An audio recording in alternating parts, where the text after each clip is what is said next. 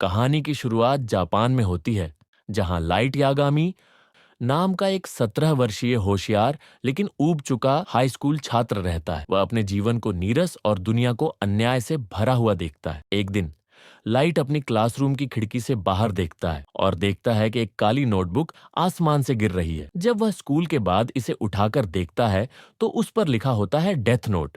Death note के नियम light notebook खोलकर पढ़ता है और पहले पेज पर कुछ नियम लिखे होते हैं। अगर किसी व्यक्ति का नाम इस नोटबुक में लिखा जाता है तो वह व्यक्ति मर जाएगा। नाम लिखते समय अगर उसका चेहरा देखा जाए तो वही सही व्यक्ति मरेगा, ताकि किसी और सेम नाम वाले को गलती से नुकसान ना हो। नाम लिखने के 40 सेकंड के अंदर मौत का कारण लिखा जा सकता है, वरना वह व्यक्ति हार्ट अटैक से मरेगा। शुरुआत में लाइट को यह मजाक लगता है, लेकिन फिर वह एक टीवी न्यूज पर एक अपराधी का नाम देखता है जो बंधकों को पकड़कर रखा होता है। जांच करने के लिए लाइट डेथ नोट में उसका नाम लिख देता है और 40 सेकंड बाद वह अपराधी हार्ट अटैक से मर जाता है।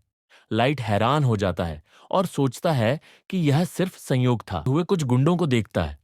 एक गुंडा एक लड़की को परेशान कर रहा होता है। लाइट उसका नाम और मौत का कारण लिख देता है। एक ट्रक से टकराकर मरना। कुछ ही सेकंड में वह आदमी सच में ट्रक से टकराकर मर जाता है। अब लाइट को यकीन हो जाता है कि डेथ नोट असली है। शिनिगामी रयूक से मुलाकात कुछ दिन बाद लाइट के कमरे में एक डरावना काला प्राणी प्रकट होता है। रयूक बताता है कि उसने जानबूझकर डेथ नोट इंसानों की दुनिया में गिराया था, क्योंकि वह बोर हो गया था और कुछ मजा चाहता था। लाइट को अब एहसास होता है कि उसके पास दुनिया को बदलने की शक्ति है। वह फैसला करता है कि वह सभी अपराधियों को मारकर एक नई दुनिया बनाएगा, जहां वह खुद भगवान होगा। रयूक उसकी इस सोच पर हंसता है और कहता है, दिलचस्प होगा ये देखना कि तुम कहां तक जाते हो। लाइट यागामी अब पूरी तरह डेथ नोट की शक्ति को समझ चुका है और तय कर चुका है कि वह दुनिया को बदलकर नई न्याय व्यवस्था बनाएगा। लेकिन उसे नहीं पता कि जल्द ही उसे पकड़ने के लिए दुनिया का सबसे बड़ा जासूस एल उसकी तलाश शुरू करने वाला है।